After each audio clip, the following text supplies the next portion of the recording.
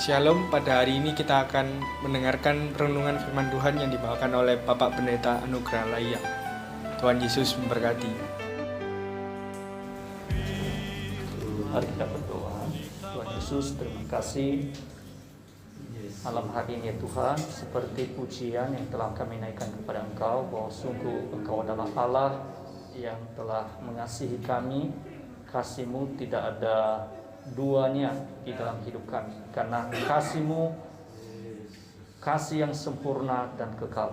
Tuhan, ajarlah kami untuk boleh kami memahami hal ini, mengerti, sehingga di dalam setiap tindakan kami pun boleh kami memperlihatkan tentang keberadaan-Mu, bahwa sungguh-sungguh Engkau ada dan hidup.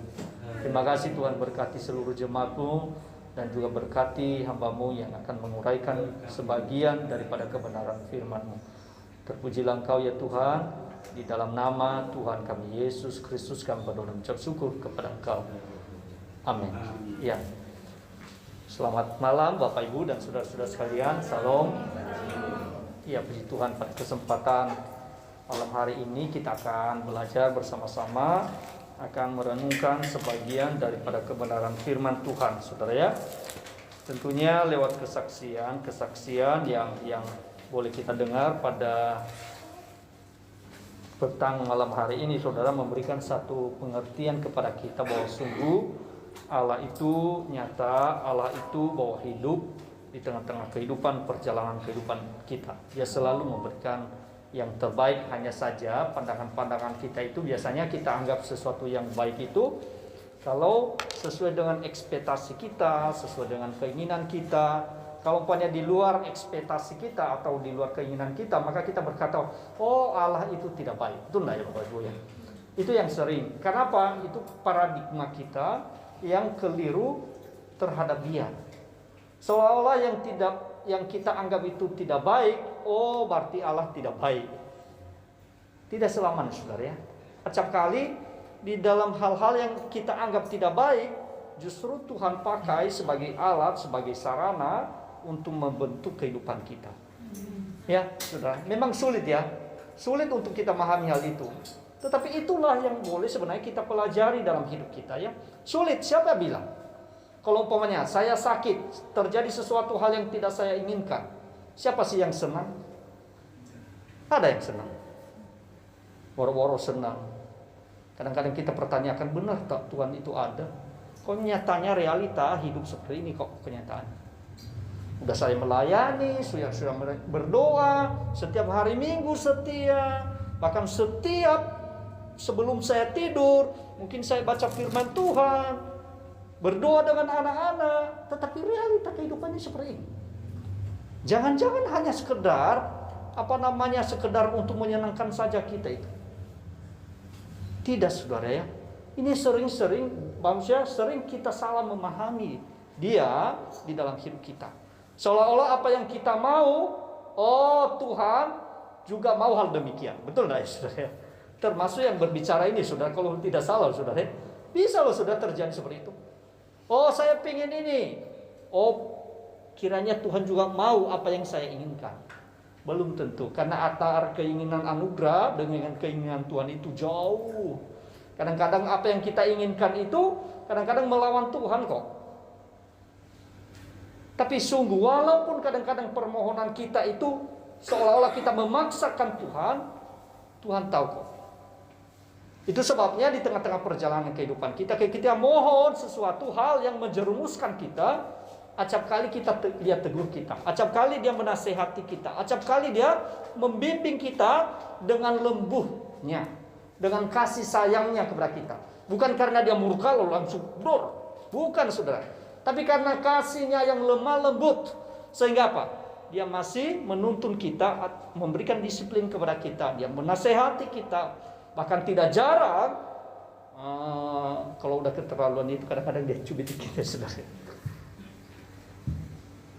Tetapi bukan menghancurkan kita, sama sekali tidak ada menghancurkan kita. Tetapi justru mendatangkan hal yang baik. Nah ini yang penting saudara. Mendatangkan apa? Pertumbuhan iman kita loh saudara. Kadang-kadang kita menginginkan sesuatu hal yang buah yang baik, tetapi tidak mau dipupuk, wah ini kan sulit. Tidak mau sulit. Kita mau dari hidup kita buah yang banyak, buah banyak, manis lagi.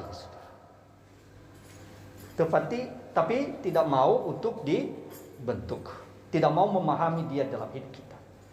Itu sebabnya saudara, selalu kita harus menyadari hal ini sesuai dengan tema kita, tema Gereja Isa Masih Surabaya itu kedewasaan di dalam Tuhan, ya, atau kedewasaan dalam Kristus.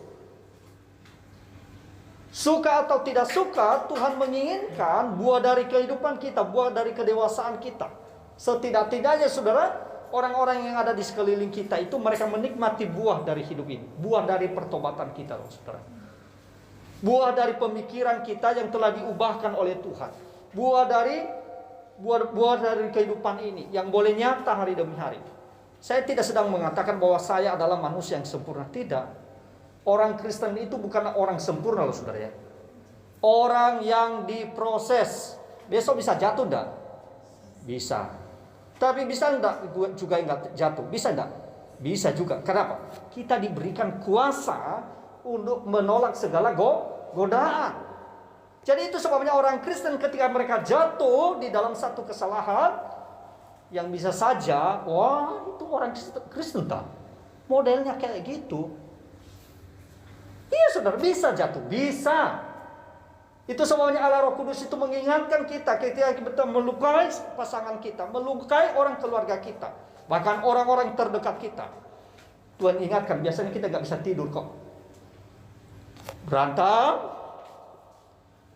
cekcok, perkataan kita, lalu mulai ke rumah, mulai oma gitu. Biasanya apa yang terjadi? Bisa tidur enggak? Kira-kira iso tidur loh. Biasanya kalau suami istri itu saling membelakangi gitu. Ini pengalaman Pak Anugrah mungkin berkata, saudara. Biasanya itu yang terjadi karena apa? Masih tidak nyaman hati kita, bukan? Kalau umpamanya sudah bebal, saudara, dibiarkan oleh Tuhan, artinya apa? Ya sudah, bertengkar tanpa merasa bersalah dalam hidupnya. Coba kalau pada orang Kristen, ya tadi sorry, maaf ya sayangnya, aku nggak sengaja kok. Ataupun mungkin disengaja, sorry, memang itu ada kelalaian saya kok. No problem kan? Betul kan? Kenapa kita sering hati kita itu bahkan kita tidak menikmati kehidupan ini? Karena kita sama-sama mempertahankan ego kita loh saudara. Kita menonjolkan kehebatan kita, kita menonjolkan segala kemampuan kita. Oleh karena itu saudara, mari kita akan merenungkan satu ayat di dalam Kejadian pasal yang pertama. Pernah kalau nggak salah saya singgung di sini, hanya saja mungkin saya saya uraiannya ya. Kejadian pasal pertama ayat yang pertama yang berbunyi demikian. Kita baca sama-sama saudara ya. Kejadian pasal pertama ayat yang pertama dan kedua. Sudah semua Bapak Ibu? Pendek ya, nggak terlalu panjang saudara. Saya hitung sampai 3 ya. Kejadian pasal pertama ayat pertama sampai ayat kedua. 1, 2, 3. Pada mulanya Allah menciptakan langit dan bumi. Bumi belum berbentuk dan kosong. Gelap gulita menutupi samudra raya, dan roh Allah melayang-layang di atas permukaan air. Puji Tuhan, sekali lagi saya bacakan ini. Disimak dengan baik-baik saudara, ini penting ya. Pada mulanya Allah menciptakan langit dan bumi. Bumi belum berbentuk dan kosong. Gelap gulita menutupi samudra raya, dan roh Allah melayang-layang di atas permukaan air. Saudara, pernah enggak merasa kagum terhadap pribadi seseorang yang menemukan sesuatu hal yang membuat seorang itu terkaget-kaget? Pernah enggak Bapak Ibu? Pernah enggak? Misalnya, biasanya banyak orang terkagum-kagum kepada Thomas Alva Edison karena dia menemukan apa biasanya? Apa Bapak Ibu? Listrik. Orang kagum dong, betul enggak? Kalau umpamanya nggak ada Thomas Alva Edison, seolah-olah kita nggak bisa menikmati ini loh, saudara. Kagum, wah, dia menemukan atau dia menciptakan apa? Lampu atau listrik. Ya. Hebat, orang hebat. Kalau umpamanya ditanya kepada orang-orang saudara, khusus yang tidak mengenal Allah, kira-kira kalau ditanya sama dia, dari mana lampu itu? Kira-kira mereka jawab apa ya kira-kira? Ya dong, betul nggak? Makanya saudara, ada seorang filsuf sebenarnya namanya Thales. Dia mengatakan bahwasanya itu kehidupan itu harus bisa hidup itu melalui api dan air. Nah, coba.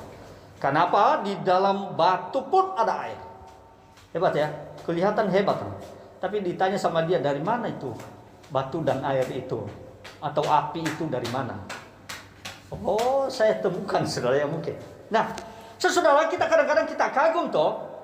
Kalau umpamanya seseorang menemukan sesuatu hal yang membuat kita decak kagum kita, bukan? Selain contohnya Thomas Alva Edison. Siapa penemu yang lain biasanya? Socrates. Begitu orang mengagumi karena apa? Melalui mereka seolah-olah terbuka mata manusia. Tapi coba ditanya sama mereka, itu dari mana ya? Bingung mereka, saudara. Mereka tidak tahu dari mana itu. Mereka seolah-olah mereka yang menciptakan sendiri. Tetapi saudara, pada malam hari ini Alkitab itu sangat luar biasa untuk memberitahukan kepada kita dengan jelas, menginformasikan kepada kita dengan jelas dari mana asal mulanya segala sesuatu. Hebat ya.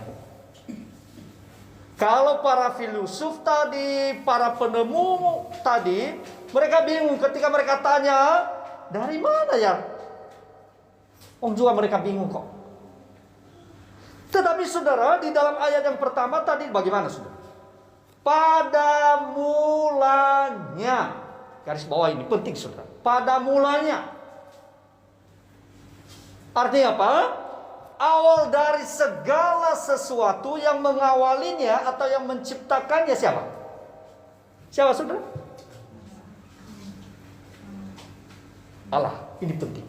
Makanya kalau kita memahami hal ini saudara, maka langkah berikutnya itu sangat penting buat kita sebenarnya.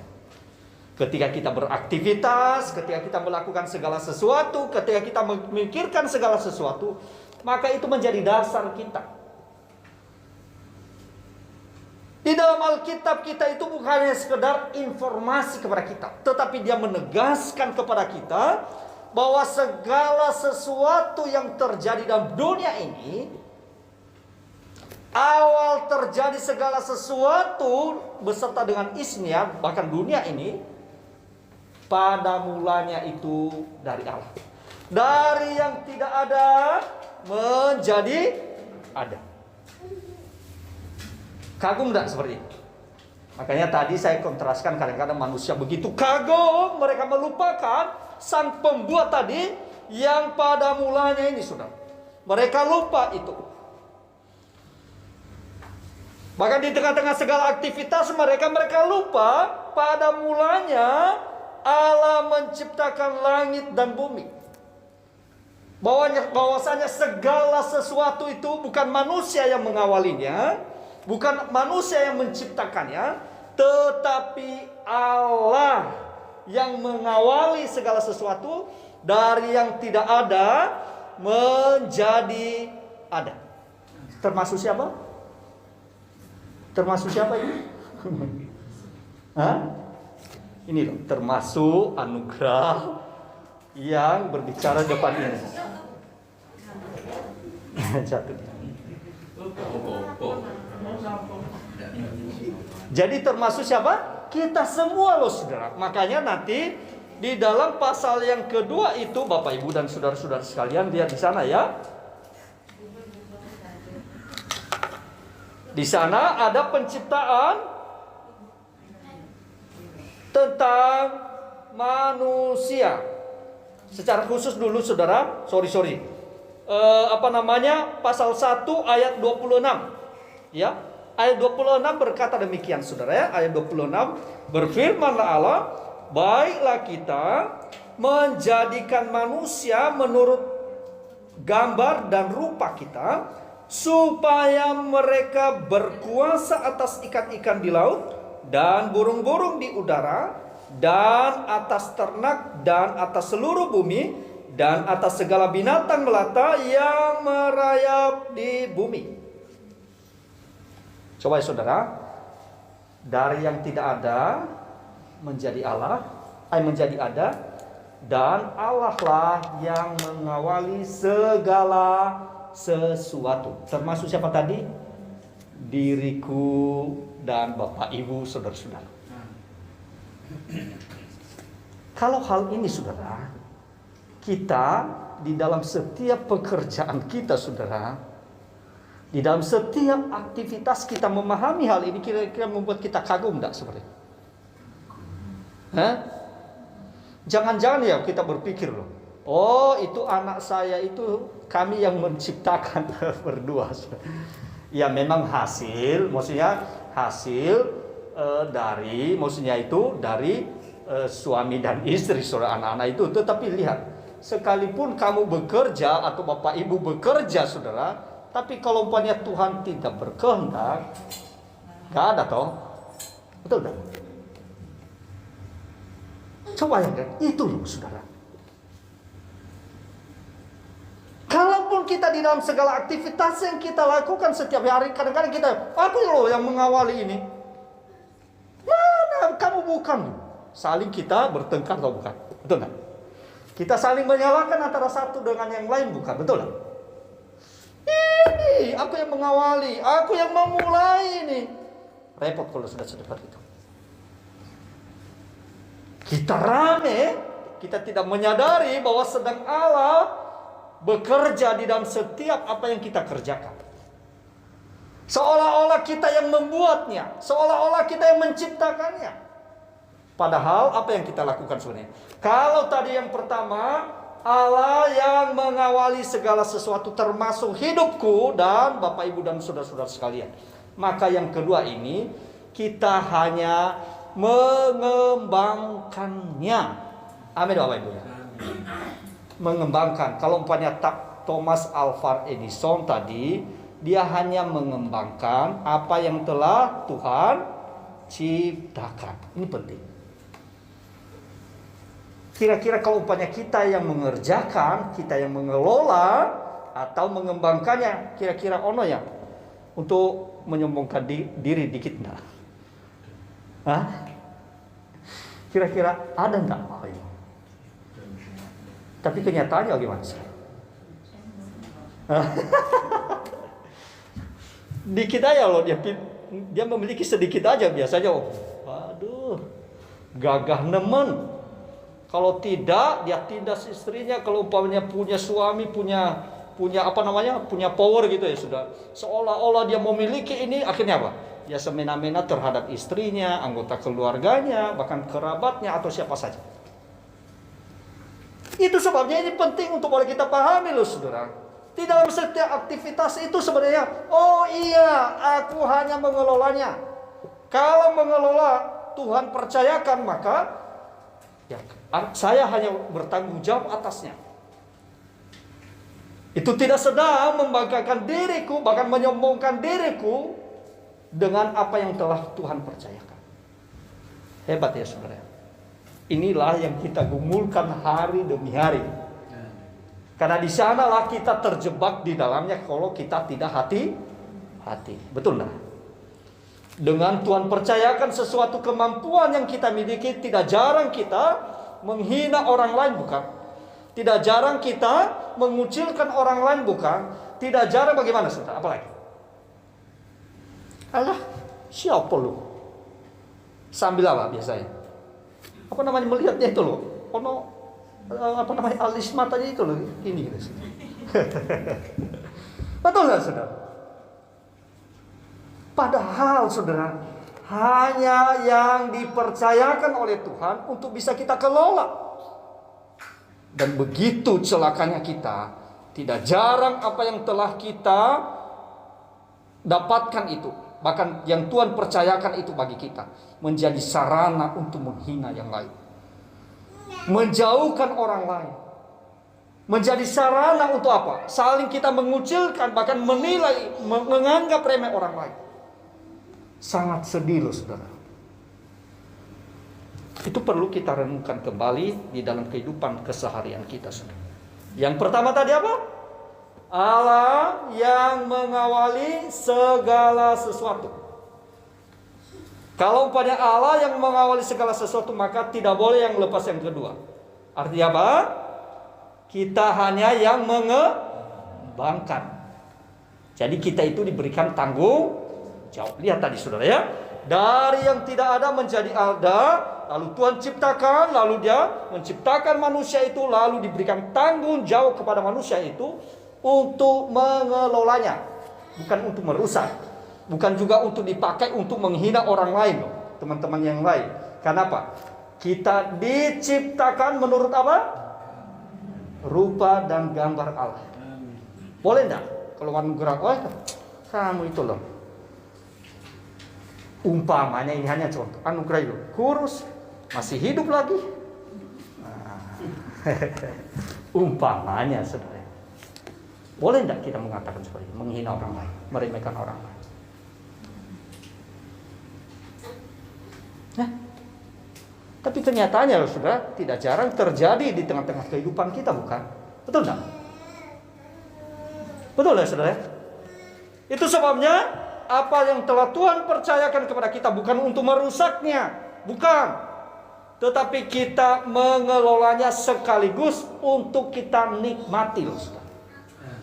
Allah itu tidak hanya sekedar untuk kamu kerjakan kelola, tidak saudara. Tetapi apa yang telah Tuhan percayakan buat kita, alam semesta ini, hal-hal yang telah Tuhan percayakan bagi kita, kita harus mengelolanya dengan baik, lalu kita juga menikmatinya. Karena keserakahan manusia itu terjadi apa? Pengrusakan sekarang, bukan, betul nggak? Hasil bumi dikeruk gitu, isi bumi apa? Seolah-olah dieksploitasi gitu saudara. Hah? Ya, seperti contohnya yang terjadi di Irian juga ya. Karu-karuan saudara. Manusia itu sebenarnya, makanya sebelum jatuh dalam dosa itu manusia itu mengelola, mengembangkan saudara. Dan mereka sekaligus menikmatinya ya. Ya, itu jauh lebih penting. Nah, jadi yang pertama tadi apa saudara? Allah yang mengawali segala sesuatu. Maka tidak perlu kita menjadi sombong, lupa diri dalam hidup ini. Yang kedua saudara, kalau Allah yang mengawali, boleh tidak kita berhak untuk merusaknya? Tidak, tetapi kita memeliharanya, mengelolanya dengan baik, lalu kita menikmatinya. Yang ketiga apa saudara? Kalau kita memahami poin pertama kedua ini, kalau demikian saja, kita saja, Dia yang mengawali segala sesuatu alam semesta dari yang tidak ada menjadi ada, lalu Dia berikan tanggung jawab kepada kita untuk kelolanya. Kira-kira boleh tidak kita lepas dari Tuhan? Bisa tidak? Tidak bisa. Berarti kita butuh Tuhan di dalam setiap saat. Kenapa? Ketika manusia itu diciptakan, maka nafas manusia itu berasal dari mana? Keluar dari nyawanya dewek. Tidak saudara. Nafas hidup manusia itu ketika dia membentuk manusia itu dari debu dan tanah, lalu dia apa? Mungkin dia lihat tuh, manusia kok kayak boneka ini saudara.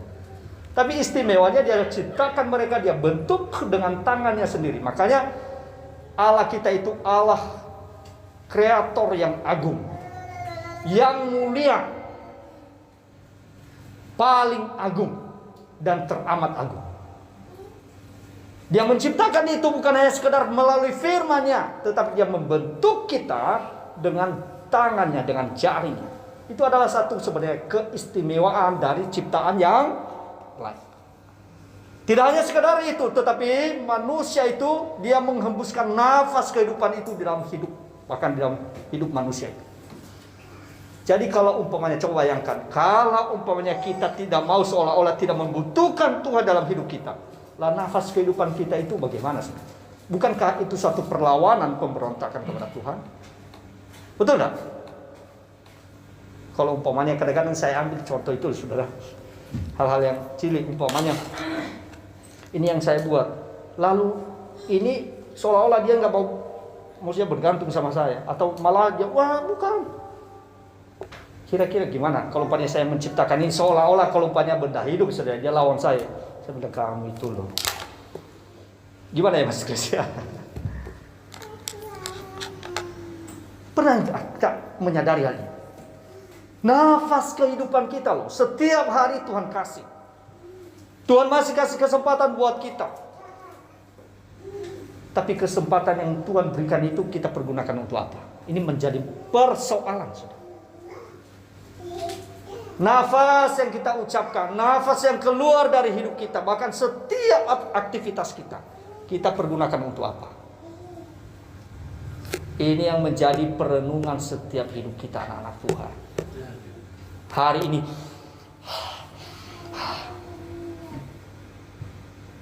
tadi itu saya dari rumah sakit, dari kemarin saya ke rumah sakit. Saya melihat di rumah sakit itu, saudara, ono tabung yang gede yuk, tabung oksigen, saya kata warganya pasang. Saya menyaksikan, saudara. Kadang-kadang saya sedih, prihatin sekali.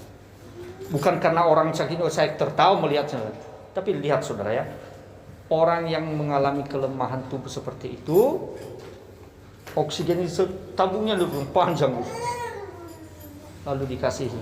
Mungkin saya percaya kalau umpamanya langsung dicabut oksigennya itu, kira-kira apa reaksi? Ya, bukan kita, memang kenyataan seperti itu. Tapi pernah enggak kita sadar setiap hari Bapak Ibu dan saya Tuhan kasih oksigen yang tidak pernah Bapak Ibu bayar dan saya juga tidak pernah bayar. Tapi Tuhan kasih gratis untuk kita loh. Ya. Masih Bapak Ibu lihat saudara-saudara kita, anggota keluarga kita bercengkraman antara satu dengan yang lain. Pernah enggak kita menyadari itu? Kadang-kadang saya tertawa kok. Oh no, suami istri ribut aja kerjanya. Kadang-kadang saya ngomong, kadang-kadang saya sebagai hamba Tuhan itu, saudara, ya nggak pakai lama, maksudnya kadang-kadang cepat ceplos gitu, saudara. Saya bilang, lo kapan kamu pakai, setidak-tidaknya ya menyayangi entah pasanganmu atau anak-anakmu, kapan tak? Kalau sudah mati atau kapan? Karena kadang-kadang kesel, saudara. Kadang-kadang kesel, maksudnya kesel. Mestinya hari ini ya, kalau hari ini jangan tunggu hari esok, karena besok belum tentu ada di sampingmu. Kalau waktu ini, ya waktu ini, kalau masih Anda kuat, ya setidaknya apa yang Anda lakukan, ya setidaknya saling menyatakan perhatian, simpati, kasih antara satu dan lain. Mungkin ada sulit ya, saudara ya, kadang-kadang kita bertengkar itu, saudara, sulit ya. Tapi setidak-tidaknya ya masih hidup ini loh. Bukan waktu kita udah nggak kuat lagi berdaya, oh sayang, dai salah ya. Ya opo, karena kamu nggak kuat lagi itu makanya kamu bilang sayang. Nah, itu saudara. Ya, jadi selagi masih ada waktu loh, saudara. Itu adalah satu kesempatan yang indah untuk boleh kita menyatakan satu dengan yang lain. Kalau tidak ada waktunya, saudara, ya sudah, tidak ada. Mau kita jingkrak, saudara, mau pingin kita teriak, tidak bisa, nggak ada gunanya. Sudah. Kalau demikian, saudara, dalam hidup kita, kalau kita membutuhkan Tuhan, karena memang dari Dia tadi, dari yang tidak ada menjadi ada, termasuk hidup kita, Dia menciptakan kita. Maka Dia memberikan nafas kehidupan itu kepada setiap kita. Masakan sih tidak kita pergunakan nafas ini untuk kembali memuliakan Dia? Betul enggak?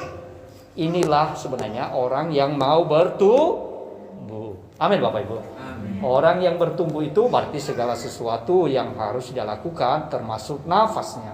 Ya pergunakan untuk apa? ya setidaknya memuji Tuhan, berdoa kepada Tuhan, mengucap syukur kepada Tuhan.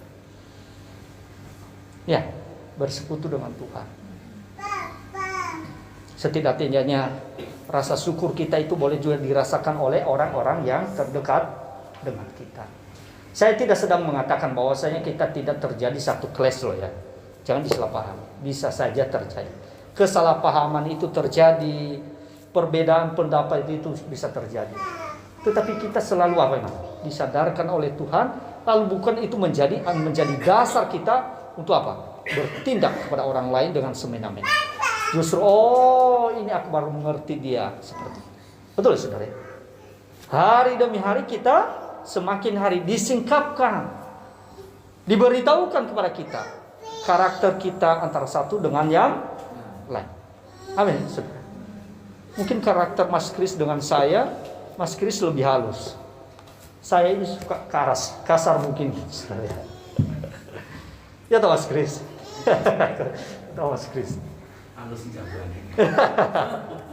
Tapi setidaknya saudara, maksudnya antara satu dengan lain kita saling memahami, sehingga apa? Di tengah-tengah perjalanan kita sungguh-sungguh kita mengakui bahwa segala sesuatu memang harus kembali kepada Dia, karena memang dari Dia, untuk Dia, dan segala hormat kepada Dia.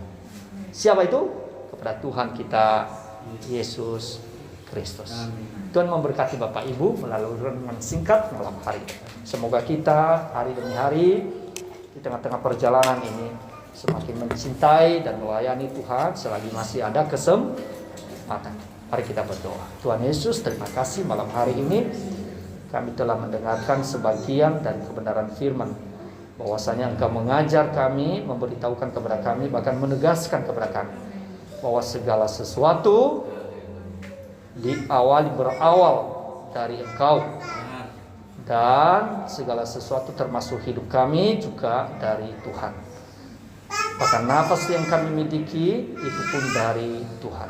Oleh karena itu ya Tuhan, kalaupun kami berada di tengah-tengah dunia ini yang penuh dengan cacat celah ini ya Tuhan, Engkau menghadirkan kami, Engkau menempatkan kami untuk boleh kami mengelola dunia ini dengan baik, bukan hanya saja untuk boleh kami menikmatinya, tetapi untuk menjadi hormat bagi kemuliaan Engkau. Oleh karena itu ya Tuhan, kami sadar bahwa kami membutuhkan Engkau hari demi hari. Terima kasih Tuhan, berkati seluruh jemaat-Mu dan berkati juga hamba-Mu yang sebagian telah menguraikan kebenaran firman.